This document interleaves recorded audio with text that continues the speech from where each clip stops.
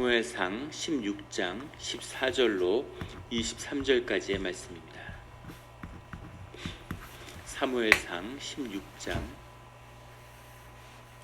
14절로 23절까지의 말씀입니다. 다 같이 한 목소리로 봉독하시겠습니다. 여호와의 영이 사울에게서 떠나고 여호와께서 부리시는 악령이 그를 번뇌하게 한지라. 사울의 신하들이 그에게 이르되 보소서, 하나님께서 부리시는 악령이 왕을 번뇌하게 하온즉 원하건대 우리 주께서는 당신 앞에서 오시는 신하들에게 명령하여 수금을 잘 타는 사람을 구하게 하소서. 하나님께서 부리시는 악령이 왕에게 이를 때에 그가 손으로 타면 왕이 나으시리이다 하는지라. 사울이 신하에게 이르되 나를 위하여 잘 타는 사람을 구하여 내게로 데려오라 하니 소년 중 한 사람이 대답하여 이르되 내가 베들레헴 사람 이새의 아들을 본즉 수금을 탈 줄 알고 용기와 무용과 구변이 있는 준수한 자라. 여호와께서 그와 함께 계시더이다 하더라. 사울이 이에 전령들을 이새에게 보내어 이르되 양치는 내 아들 다윗을 내게로 보내라 하매 이새가 떡과 한 가죽 부대에 포도주와 염소 새끼를 나귀에 실리고 그의 아들 다윗을 시켜 사울에게 보내니 다윗이 사울에게 이르되 그 앞에 모셔 서매 사울이 그를 크게 사랑하여 자기의 무기를 드는 자로 삼고 또 사울이 이새에게 사람을 보내어 이르되 원하건대 다윗을 내 앞에 모셔 서게 하라. 그가 내게 은총을 얻었느니라 하니라. 하나님께서 부리시는 악령이 사울에게 이를 때에 다윗이 수금을 들고 와서 손으로 탄즉 사울이 상쾌하여 낫고 악령이 그에게서 떠나더라. 아멘. 다 같이 묵상 기도를 드리겠습니다.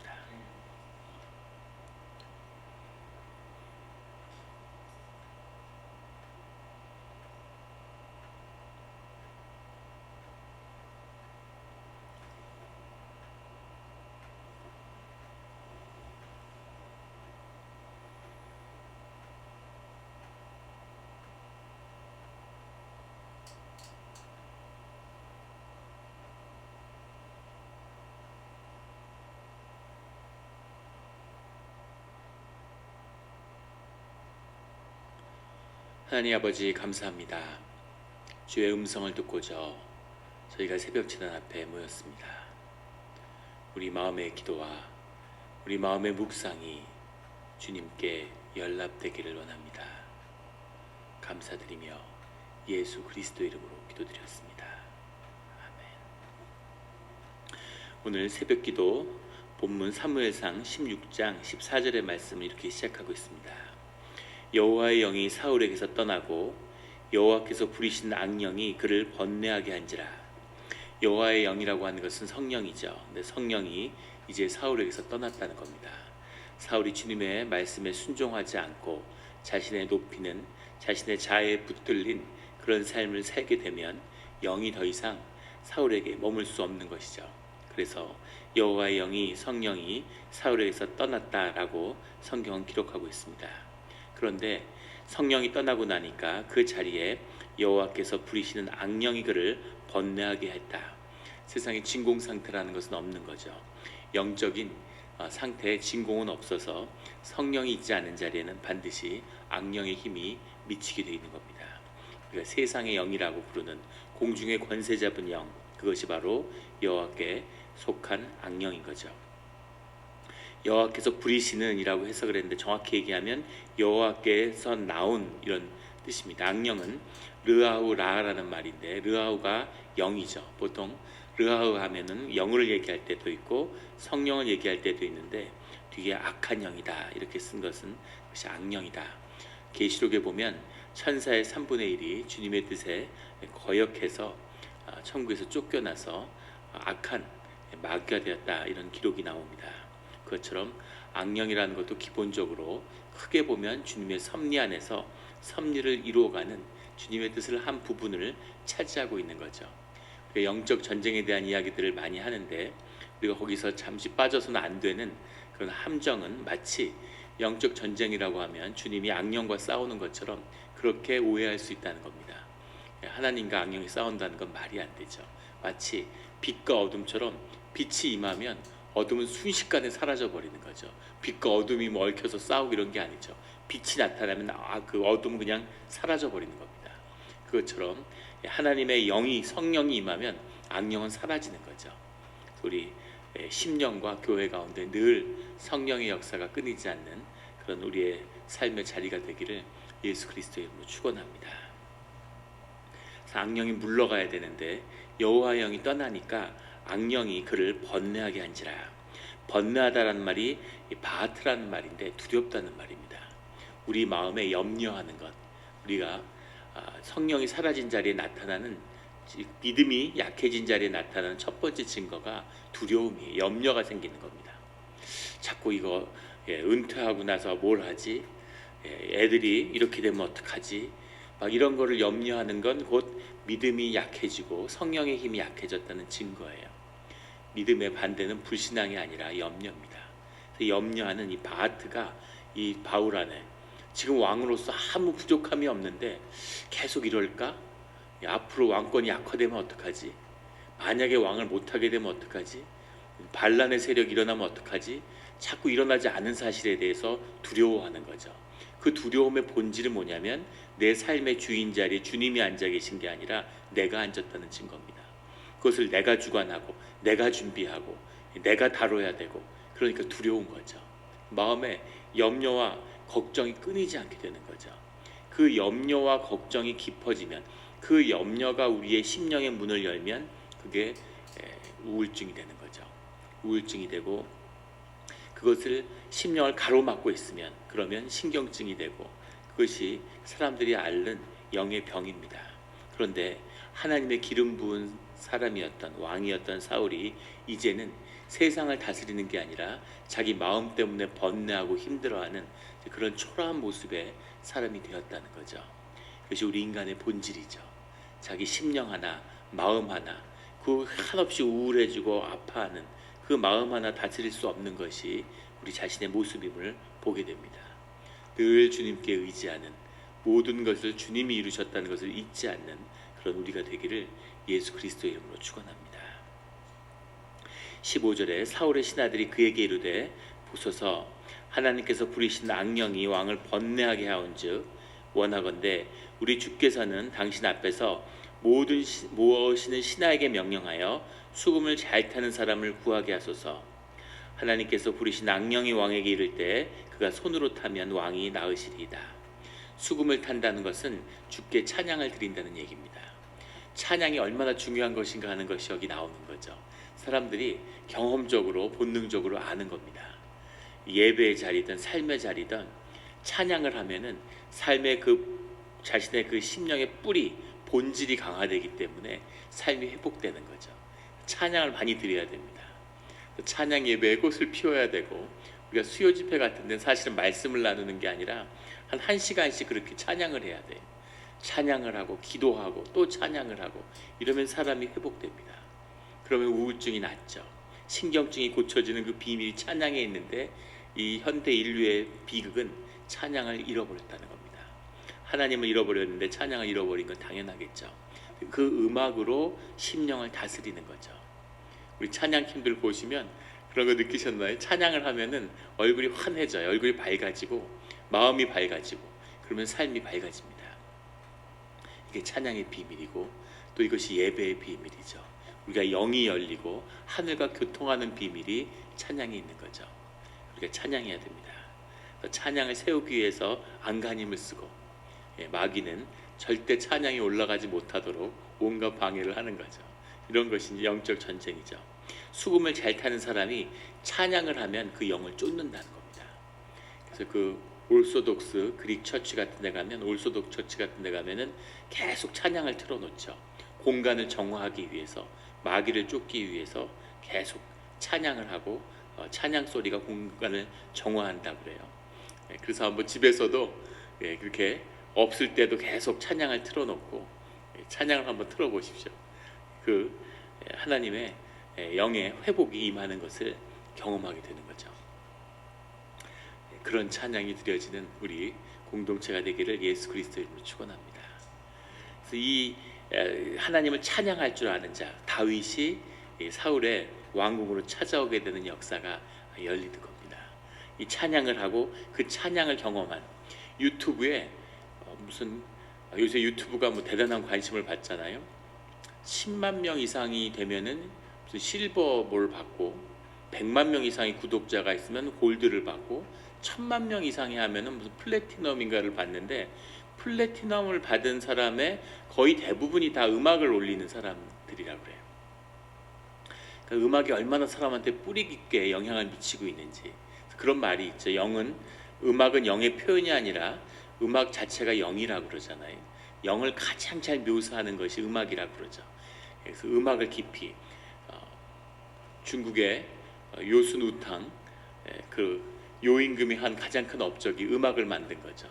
음악을 만든 게 사람들이 너무 사납고 사람들이 그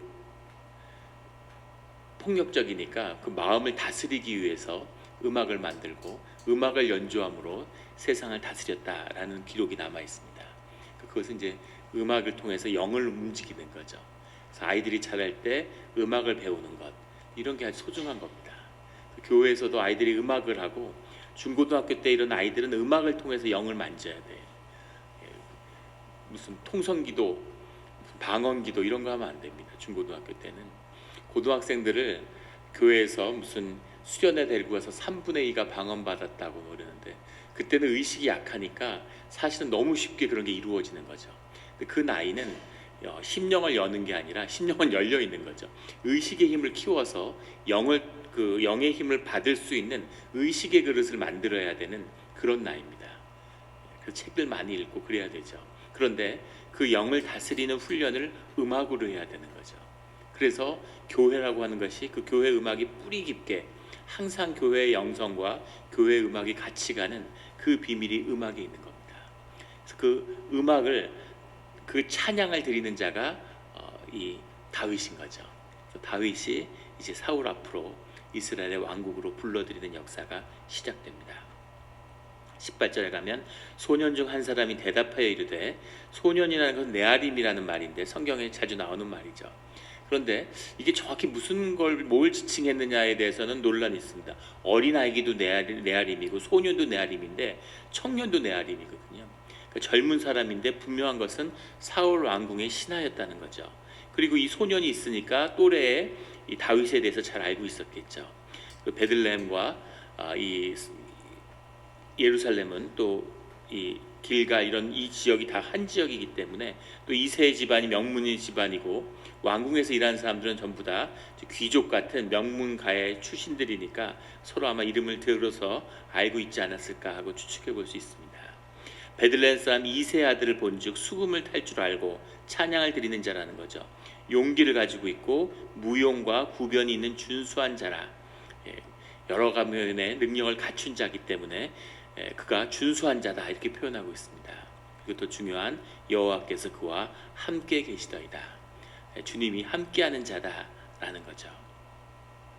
그래서 사울이 전령을 보내서 다윗을 왕국에 초대하게 되는 거죠. 21절에 다윗이 사울에게 이르러 그 앞에 모셔 섬에 사울이 그를 크게 사랑하여 자기의 무기를 드는 자로 삼고 딱 봤는데 다윗이 아주 마음에 드는 거죠. 이것이 또 하나님의 역사하심이고 성령의 역사입니다. 하나님이 그 안에 계시기 때문에 이렇게 다윗이 마음에 쏙 드는 거죠. 그 성령의 역사가 사그러지면 다윗을 몹시 미워하게 되는 다윗을 그런 사울의 모습도 같이 보게 됩니다. 자기의 무기를 드는 자로 삼고 이게 중요한데 무기를 드는 자로 삼았다는 것은 전장에서 무기를 들고 왕을 따라다니는 자입니다. 그러니까 지금으로 치면 대통령 경호원 같은 거죠. 대통령이 싸움을 잘할까요? 대통령 경호원이 싸움을 더 잘할까요? 대통령을 지켜야 되니까 경호원이 더 잘하겠죠.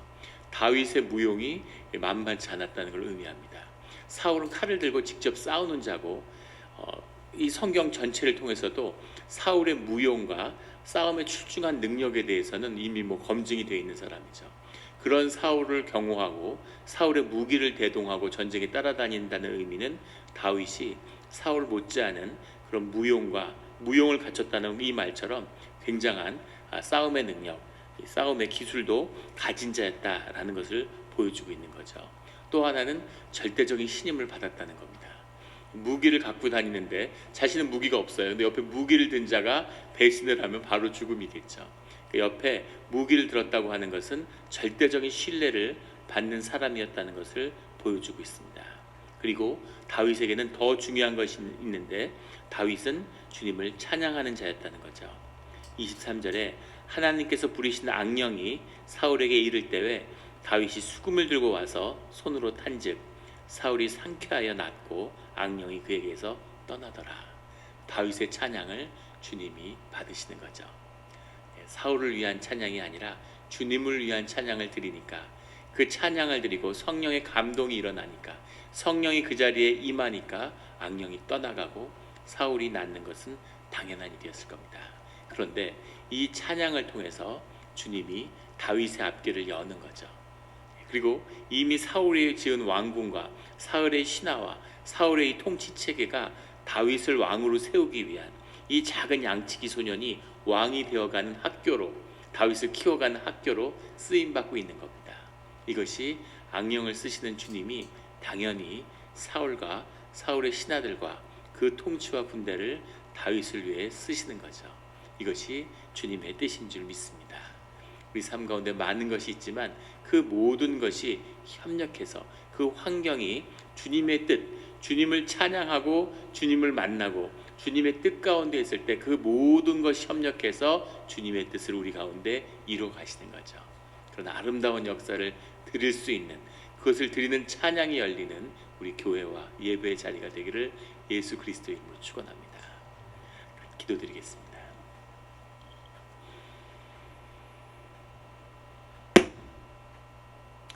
하나님 아버지 감사합니다.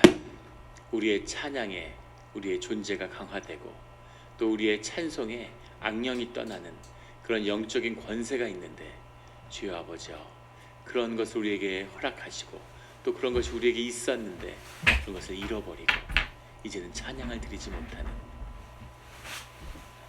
점점 마음이 강팍해지고 황폐해지고 염려와 걱정에 시달리면서도 주님을 찬양하며 주님 안에 평화를 누리지 못하는 우리의 심령을 불쌍히 여겨 주시옵소서. 주님께 진정으로 찬양드리며 찬송이 왕성하고 찬양드리는 기쁨으로 살아가는 그런 우리 신앙의 공동체가 되기를 원합니다. 새벽에 찬양하며 저녁에 찬양하며 하루를 찬양으로 시작하고 찬양으로 주님 삶을 마치는 그런 우리의 삶의 길, 인생길이 되기를 소원합니다. 주여 아버지여, 늘 주님이 함께하는, 우리의 영이 다스려지는 그런 찬양이 함께하는 그런 주님이 앞으로 나아가는 자리가 되게 하여 주시옵소서. 그런 공동체가 되게 하여 주시옵소서. 그런 교회가 되게 하여 주시옵소서. 그런 우리의 가정들이 되게 하여 주시옵소서. 감사드리며 예수 그리스도의 이름으로 기도드렸습니다.